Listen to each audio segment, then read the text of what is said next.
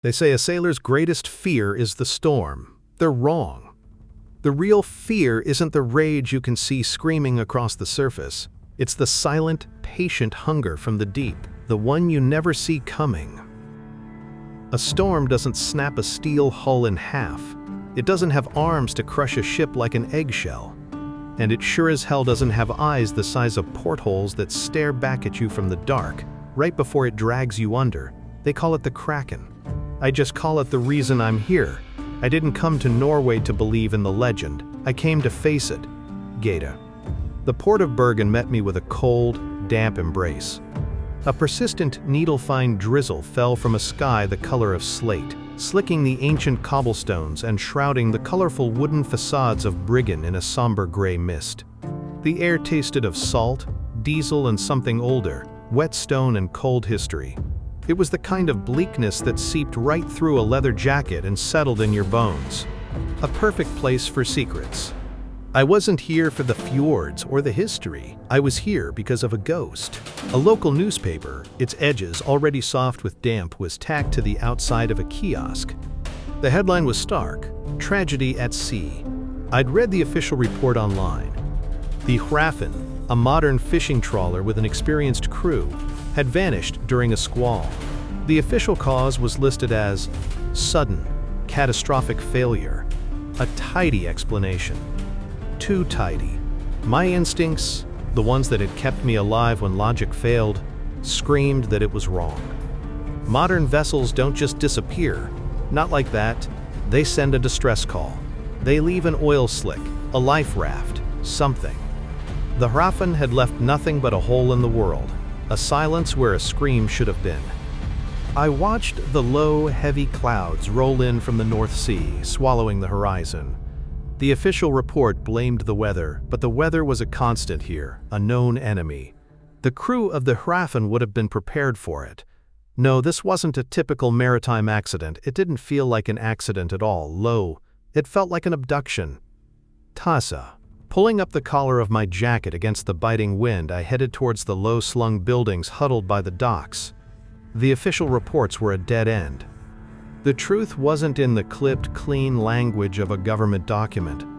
It was out there, in the whispers of the fishermen and the silence of the deep. And I was gonna find it. The place was called the Rusted Anchor. It was exactly what you'd expect.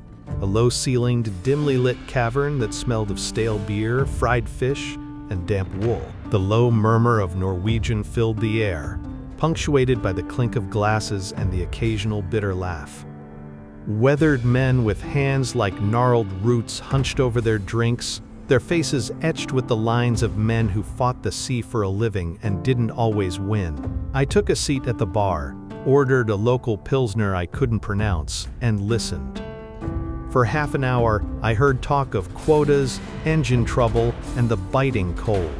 The name Leviathan was a ghost in the room, present, but unspoken. Then, I found him.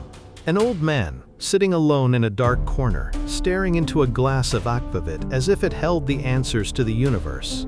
His eyes, when they briefly flickered up, held the deep, haunted gray of the North Sea itself. He was the one. I took my beer and approached his table. "Mind if I sit?" he grunted, which I took for a yes. "I heard about the Leviathan," I said quietly, keeping my voice low. "I'm sorry for your loss." His eyes met mine, sharp and assessing. "You're not from here? Not a journalist?" "No," I said. "Just someone who thinks the official story doesn't add up." That seemed to break a dam inside him. He leaned forward, his voice a raw whisper that barely carried over the tavern's din. "They say it was the storm. Fools!" He spat the word. Eric. He was the captain, my friend. He knew storms better than he knew his own wife. It wasn't the storm. Then what was it? The old man, who introduced himself as Lars, looked around nervously, as if the shadows themselves were listening. The old stories. The warnings our grandfathers told us. Something sleeps in the Norwegian trench. Something vast. A group of younger fishermen at a nearby table overheard and scoffed. "Here we go," one of them said loudly in broken English. "Old Lars and his sea ghosts. "Tell him about the Kraken, why don't you?" They laughed. Lars ignored them. His gaze locked on mine. The fear in his eyes was stark, genuine, and chilling. They laugh. They have their sonar, their GPS. They think they've tamed the sea. But the sea cannot be tamed. And what took Eric's ship? It was from a time before maps. Before God. He leaned in closer, his voice dropping to a hiss. It was the Kraken. My scientific mind immediately began searching for rational explanations. An undiscovered species of giant squid, like Architeuthis ducks, but far larger. A colossal cephalopod driven from the abyss by seismic activity or changing currents. But my gut listened to the terror in Lars's voice. I pulled out my small, worn notebook and a pen. The others could laugh. I wrote, not the word Kraken, not yet. I wrote, unidentified marine organism, immense size, aggressive, capable of destroying steel hull. Location, Norwegian trench. I was a man of science and logic. A story was just a story. Fie demand. But the terror in Lars's eyes, that was evidence. And it was enough to make me a believer. Not in myths, but in the possibility that our world was much older and much more dangerous than we pretended. True to his word, Lars made a call. The next morning I found myself walking through the sterile, fluorescent-lit corridors of the Bergen Institute of Marine Research. The smell of antiseptic and ozone replaced the salt and beer of the port. It was a world of gleaming steel, humming servers, and quiet, focused intellect. Lars, looking deeply uncomfortable in his heavy fisherman's coat, shuffled along beside me until we reached a lab door marked with a name, Drive Ingrid Larsen, Marine Biology. Dr. Larsen was exactly the opposite of Lars. She was sharp, energetic, with intelligent, skeptical eyes, and blonde hair pulled back in a practical, no-nonsense ponytail. She wore a lab coat over a simple sweater and jeans, and she greeted us with a firm handshake and the polite but impatient look of a professional dealing with an amateur's theory. "Lars," she said in crisp, clean English, "always a pleasure. And you must be Mr. Ryder." After Lars made the clumsy introduction and retreated with a grateful nod, Ingrid led me to a central console dominated by a massive screen. "Lars tells me you have a colorful theory about the Horrifying." "I have a witness who's terrified," I corrected, "and an official report that feels like a cover-up. I'm just here to find the piece that doesn't fit." A faint, wry smile touched her lips. "Mr. Ryder, with all due respect, the ocean is full of pieces that don't fit. Weather anomalies, rogue waves, unmapped seamounts. A monster is the very last thing on a long list of possibilities." She was about to dismiss me. I could feel it. "Did you check the hydrophone and sonar logs from that sector?" I asked. Her professional mask faltered for a second. Her eyes narrowed. "How did you know about those?" "Lucky guess." She hesitated, then tapped a few commands into her console. The large screen flickered to life, showing a deep-sea topography map of the Norwegian trench. "We have listening posts all along the trench, for seismic monitoring primarily. When the raft went down, they recorded something." A series of data points appeared on the screen. At first, we thought it was a seismic event, a subsea landslide. But the acoustic signature was wrong. It wasn't geological. She isolated a signal, a complex pulsing wave of sound. "It's biological, but that's impossible." "Why?" She zoomed in on a set of calculations on the side of the screen. My blood ran cold. "Because the estimated mass of the biological entity creating this signature is staggering, significantly larger than any blue whale ever recorded." She pointed to another data point. "And its speed. It registered a burst of acceleration that is physically impossible for any known aquatic animal. It's like watching a mountain move like a torpedo. The numbers break the laws of biology as we know them." The hoarse, fearful whispers of Lars in the tavern echoed in my mind. Something vast. My own skepticism was dissolving. replaced by a cold, hard dread. The fisherman's fear was one thing. This was empirical data. Lars's monster had just been given a scientific name, anomaly. And somehow, that made it more real, more terrifying. "I need to go down there," I said, my voice flat. Ingrid stared at me, her scientific curiosity now warring with sheer disbelief. "Go down there? Mr. Ryder, we don't even know what it is. It's a ghost in the machine, a string of impossible data. That ghost sank a ship with a dozen men on board, and it's still out there," I countered. "You have the science, the equipment, the knowledge of this trench. I have experience tracking things that don't appear in textbooks, things that don't want to be found. We can help each other." She stood there for a long moment, staring at the impossible numbers on her screen. The scientist in her was captivated. The pragmatist was horrified, but the concern in her eyes was genuine. She wasn't just thinking about the data, she was thinking about the next ship that might cross that path. Finally, she let out a long breath. "There's a private submersible, the Fenrir," she said, her voice now devoid of its earlier skepticism. "Small, reinforced for deep-sea research. It would take all my grant money and a lot of favors to charter it." She looked from the screen to me, a new, determined light in her eyes. "When can you be ready?" The hunt was on. The Fenrir wasn't a war machine, it was a bulldog, squat, powerful, and built to withstand immense pressure. Moored at a private dock away from the main harbor, its yellow hull was scarred with the marks of previous deep-sea encounters. It was exactly what we needed. Getting it wasn't cheap. A single, encrypted wire transfer from a numbered account in Zurich drained a significant portion of my dwindling resources, but it was a price I had to pay. Ingrid was already there when I arrived, supervising the loading of her equipment. Her custom-built bioacoustic sensors and high-resolution imaging suite were being carefully secured inside the sub's tight confines. She moved with a practiced efficiency, her focus absolute. The skeptical scientist was gone, replaced by a field researcher on the hunt. "My gear is calibrated to detect bioluminescence and low-frequency vocalizations far beyond the standard spectrum," she explained, without looking up from a connection port. "If it's down there, we won't just see its shadow on the sonar. We'll see its light. We'll hear its voice." I nodded, doing my own systems check. Sonar arrays, robotic manipulator arm, battery levels, emergency ballast. Each item on the pre-dive checklist was a small anchor to the rational world, a world that was about to shrink to the size of this metal sphere. Once we were both inside, a dockhand sealed the main hatch from the outside. The sound was a heavy, final thump, followed by the hiss of pressurization. The world outside vanished. We were alone. And that's when it hit me. Sigh. The walls, lined with monitors and conduits, suddenly seemed to press inward.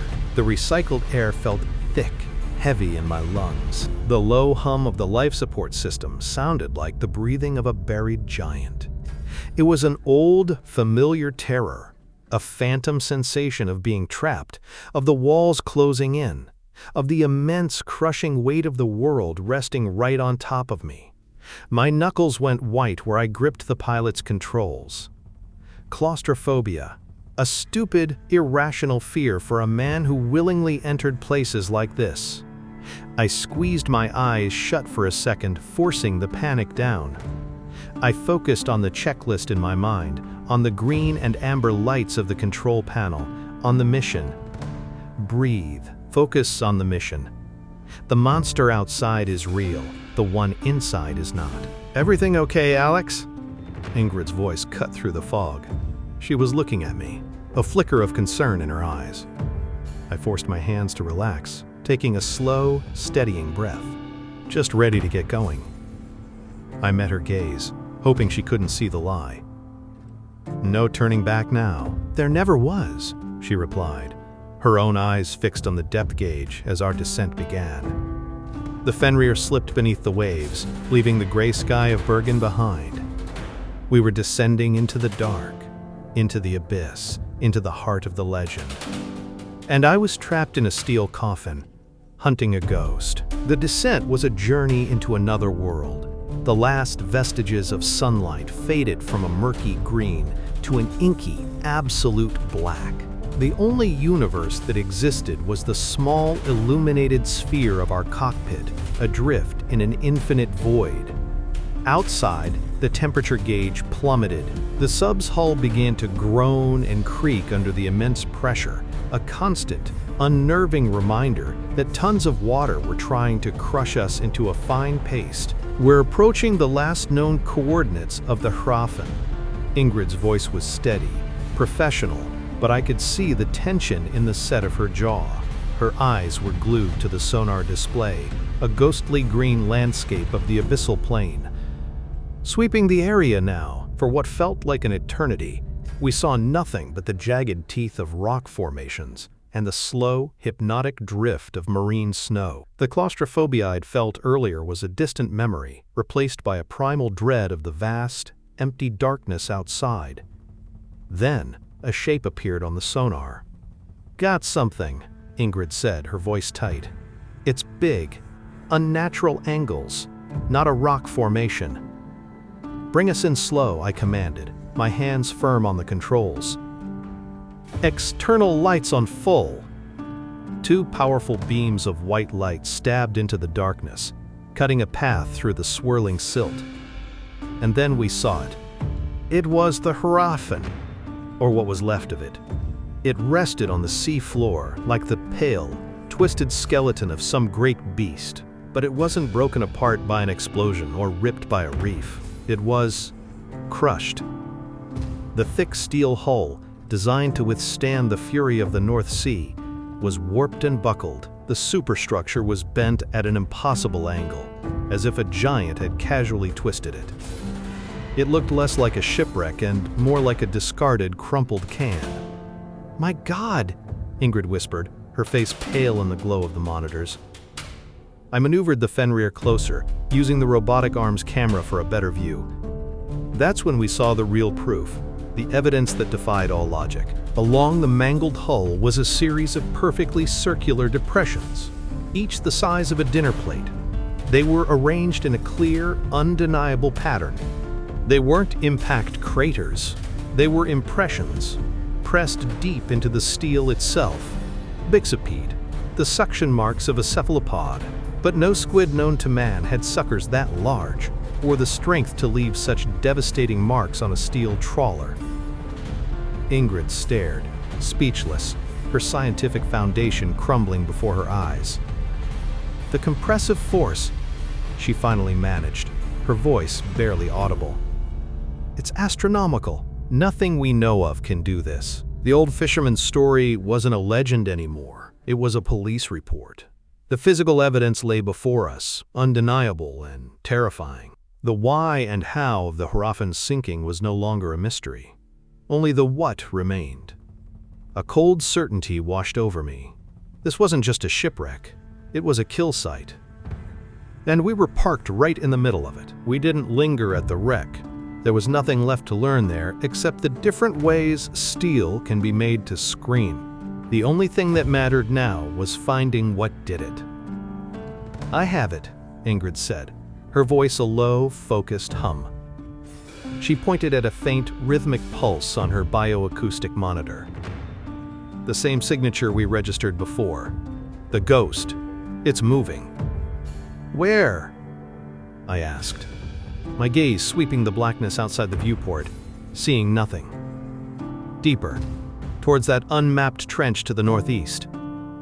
"Then that's where we go." I turned the Fenrir away from the Hrafen's grave and steered us into the crushing blackness. We were no longer investigating. We were hunting. I switched off our main lights, running silent, letting Ingrid's passive sensors be our only guide. The sub glided through the abyss like a shark, following an echo that no one else on Earth could hear. Now, the trench was a colossal wound in the planet's crust. Its walls plunged down into depths the Fenrir was only just rated to survive. The pressure on the hull intensified, and the groans of the titanium frame became more frequent, like the complaints of a dying man. "The signal is getting stronger, cleaner now," Ingrid reported, her face illuminated by the green glow of her instruments. It's not just a ping anymore, it's a rhythm. Like a slow heartbeat, a very, very slow heartbeat. My own heart was hammering against my ribs. I switched our active sonar on for a single, brief sweep, sending a silent ping out into the dark. The return signal painted a picture on the main screen.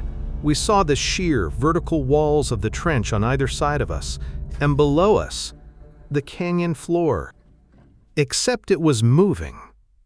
What am I seeing? I asked, my voice tight. The sonar sweep refreshed, and the floor had shifted, rising slightly. Ingrid stared, her mouth slightly agape. She tapped at her console, cross-referencing the data, her mind racing to find a logical explanation. That's not the seafloor. Her voice was a horrified whisper. The sonar pinged again, this time holding the image. It wasn't rock. It was a shape. No, not a shape. A mass. A living mass that filled the entire bottom third of the sonar display. So immense that it had looked like geography. Its edges extended beyond the sonar sweep on both sides. We couldn't even see all of it. A heavy silence fell in the cockpit, thick with unspoken terror. We were floating a few hundred meters above a living mountain, a continent of flesh and shadow. Lars hadn't been exaggerating. He had understated. Then, the unimaginable happened.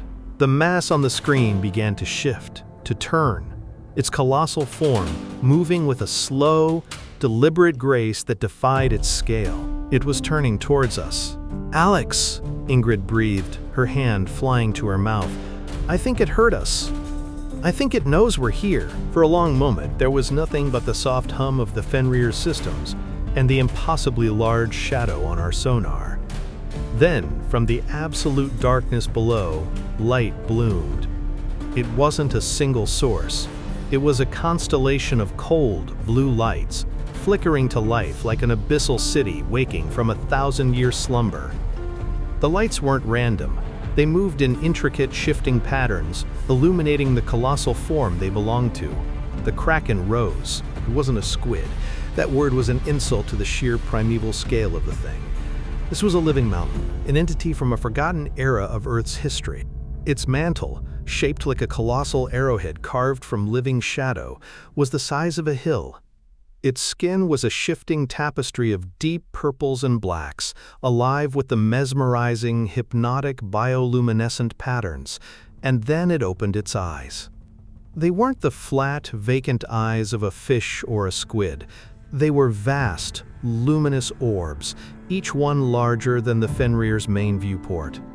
And as they fixed on our small submersible, they burned with a terrifying, ancient intelligence. It wasn't just instinct I saw in those depths, it was malevolence. It was the cold, calculating gaze of an apex predator that had ruled this abyss since before the time of men. It moved with a speed that defied physics. The Leviathan surged upwards, covering the distance between us in a heartbeat. "Alex!" Ingrid screamed. The first impact was a violent, bone-jarring shudder that threw us against our harnesses. Alarms blared, red lights flashing across the cockpit. A tentacle, a pillar of muscle and shadow thicker than an ancient tree, had slammed into our port side, leaving a massive dent. Before I could react, another wrapped around our hull. And another. The world outside our viewport became a writhing prison of purple-black flesh. We were caught. A sound filled the cockpit that I will never forget. The high, screaming groan of reinforced titanium under a god's grip. The hull shrieked in protest as the immense pressure was applied. Rivets popped like gunshots. The very frame of the Fenrir was being compressed.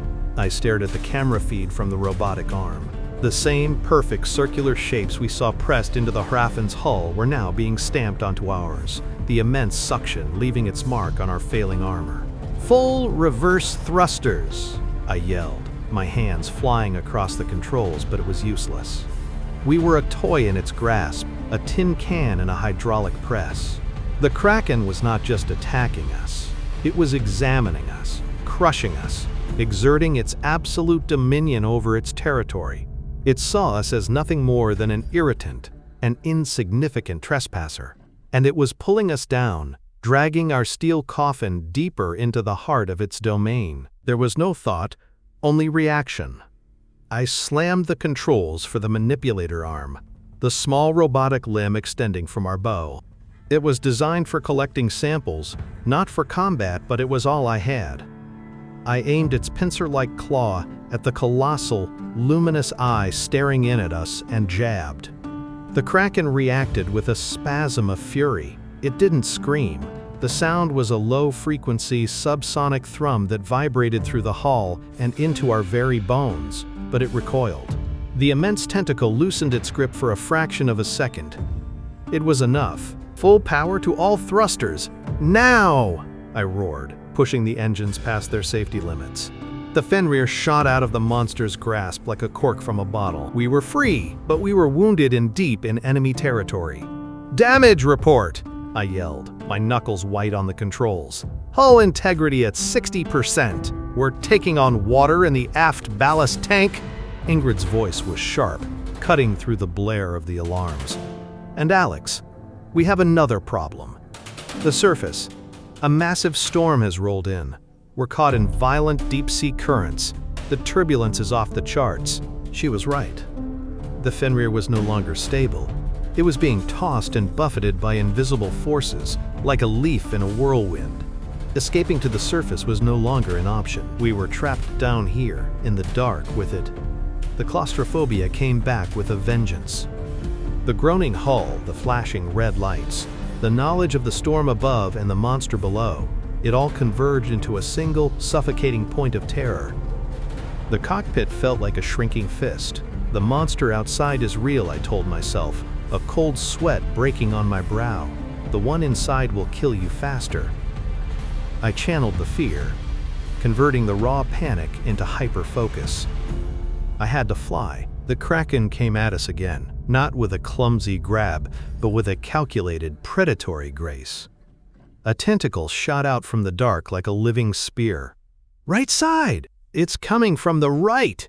Ingrid shouted, tracking the glowing patterns on her monitor. I threw the Fenrir into a hard dive, the abused frame screaming in protest.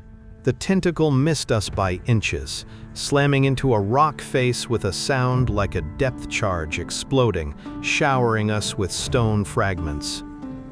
Hell, it became a desperate, impossible dance. I used the treacherous terrain of the trench to my advantage, weaving between rock spires, using sheer canyon walls as momentary shields. Ingrid was my eyes and ears, calling out attack vectors, tracking the monster's movements as its bioluminescent patterns flared with rage. But the Kraken was intelligent. It was learning. It stopped making direct assaults and began to hurt us, using its vast body and multiple limbs to cut off our escape routes, driving us deeper into a narrow, dead-end canyon. The walls closed in. My breath hitched. I was fighting the controls, fighting the currents, and fighting the rising tide of panic in my own mind. The ship was failing. My nerve was fraying. And the god in the dark was closing its trap. Lowells, we weren't fighting anymore. We were just delaying the inevitable. We were cornered. The dead-end canyon was a tomb, and the Kraken was the tombstone waiting to be set. Every evasive maneuver I made was met with a casual, blocking move from the creature. It wasn't even trying anymore. It was toying with us, the ancient god of this dark domain, confident in its absolute power. Our weapon systems, even if we had any, would have been like throwing pebbles at a mountain. We were going to die here. "Alex." Ingrid's voice was strained, her eyes wide with a new kind of horror as she stared at her sonar display. Surface contact, directly above us. "A military ship?" I asked, a sliver of hope piercing the despair. "No," she whispered, her face ashen. "It's a civilian vessel, a passenger ferry. Transponder ID says it's the Norwegian. It's sailing right over us, right into the kill zone." A cold dread washed over me, colder than the abyss outside. The Ryder. This is how it happened. The Kraken wasn't just hunting us. It was waiting for a bigger meal, and the storm on the surface was its cover. In that instant, the mission changed. This wasn't about our survival anymore. It was about theirs. I watched the hypnotic, shifting bioluminescence on the creature's skin, a beautiful, deadly light show. And then, something clicked. A fragment of knowledge, a ghost of a memory from a lecture hall or a dusty textbook, surfaced from the broken mess of my past. Cephalopods, deep-sea species. Photoreception is critical. They're drawn to light in the abyss, fascinated by it. And sound. High-frequency pulses can trigger aggressive or territorial responses. A wild, desperate plan began to form. A terrible, suicidal idea. We can't fight it, I said, my voice eerily calm. But maybe we can distract it. We're going to make ourselves the most interesting thing in this entire ocean. Ingrid stared at me. What are you talking about? The lights, I said, pointing to the console. Overload them, all of them. The sonar too. I want you to bypass the safety limiters and emit a continuous, high-frequency pulse. The loudest, most obnoxious, most attention-grabbing signal you can possibly generate. The implications dawned on her face. That's suicide, she breathed. It will pinpoint our exact location. It will focus all of its attention right here. Exactly, I said, my eyes locked on hers. We have to be more tempting than a ferry full of innocent people. We have to be the brightest light, the loudest noise. We have to make it need to destroy us. For a moment, she just stared, the sheer insanity of the plan warring with the cold, desperate logic behind it. Then she nodded, her expression hardening with grim resolve. God help us, she muttered, her fingers flying across her console, overriding one safety protocol after another. Doing it now. I shielded my eyes. The cockpit was instantly flooded with an impossibly brilliant, pure white light as every external lamp on the Fenrir flared to life, burning far beyond their rated capacity. At the same time, the sonar pulse hit. It wasn't a sound. It was a physical blow, a deafening, high-pitched shriek that vibrated through the water, through the hull, and through our teeth. We had just turned our dying submarine into a lighthouse in the deepest part of hell, and now we waited to see if the devil would come to the light. The effect was instantaneous and absolute. The Kraken, which had been toying with us, froze. Its hypnotic, shifting lights flared into a single, incandescent pattern of pure rage. The casual, predatory intelligence was gone, replaced by a singular, focused fury. It no longer saw us as a toy. We had become a challenge, a blasphemy in its silent, dark kingdom. It ignored the faint acoustic shadow of the ferry passing far above. It ignored everything but the screaming, brilliant beacon that was the Fenrir. "It's working!" Ingrid yelled over the sonar's shriek. "Its attention is completely on us! The ferry is moving out of the trench's direct path." "Then hold on," I yelled back. With the god's rage hot on our heels, I pushed the crippled submarine deeper into the trench. It was a mad gamble, flying a failing machine into pressures it was never built to withstand, all while being chased by a legend. The hull groaned a continuous, agonizing scream. Alarms we didn't even know we had began to flash. I watched the sonar, my eyes flicking between our pursuer and the diminishing signal of the passenger ferry. The Kraken was faster, but we were smaller, more agile. I dodged and weaved, using its own immense size against it, forcing it to make wide, sweeping turns while we shot through narrow rock arches. "They're clear!" Ingrid finally shouted, relief and terror warring in her voice. "The ferry is out of the immediate danger zone." That was the signal. "Kill it," I ordered, my voice low and urgent. "Kill everything, now." Ingrid didn't hesitate. Her hand slammed down on a master circuit breaker. The transition was violent. In one heart-stopping moment, the world went from a blinding, shrieking overload to absolute, suffocating silence and blackness. The lights died. The sonar died. The engines died. Every system went cold. We were a dead piece of metal, a ghost ship plummeting in the dark. Yes. The only sounds were the frantic pounding of our own hearts and the slow, weeping creak of the damaged hull. Outside, the Kraken's furious bioluminescence swept through the abyss like the searchlights of a prison tower. We held our breath, motionless as one of its luminous eyes, vast and terrible, passed just meters from our viewport. A colossal tentacle drifted by, so close I could see the intricate muscle patterns in its skin. It was searching, confused, its blindingly bright prey having vanished into thin air. For an eternity that lasted maybe 30 seconds, it swept the canyon. Then, with a final frustrated pulse of its bioluminescent skin, the lights began to dim. The great god of the trench, its prize lost, seemed to surrender. The living mountain turned and began its slow, majestic descent back into the crushing blackness from which it came, until it was once again nothing more than a ghost on a screen we could no longer see. We had survived. The Fenrir was a wreck. Water was trickling in from a dozen different seams. Our power was limited to a single emergency battery. But we were alive. Slowly, painstakingly, the crippled machine began its slow, painful ascent, clawing its way back to the world of the living. When we finally broke the surface, the storm was over. The first rays of a pale, watery dawn were breaking across the horizon. The sea was calm, as if the nightmare below had never happened. The journey back to Bergen was a slow, ignominious affair. The Fenrir, no longer a proud hunter of the deep, was a bruised, silent beast, towed behind a Coast Guard cutter under a pale morning sky. Once docked, the world became a blur of official uniforms, clipped questions, and damage assessment forms. Ingrid, with her scientific credibility, handled most of it, crafting a narrative of an uncharted geological event and catastrophic equipment failure. It was a flimsy story, but it was the only one the world would accept. Hours later, the chaos subsided. Ingrid found me on the same pier we'd departed from, staring out at the deceptively calm sea.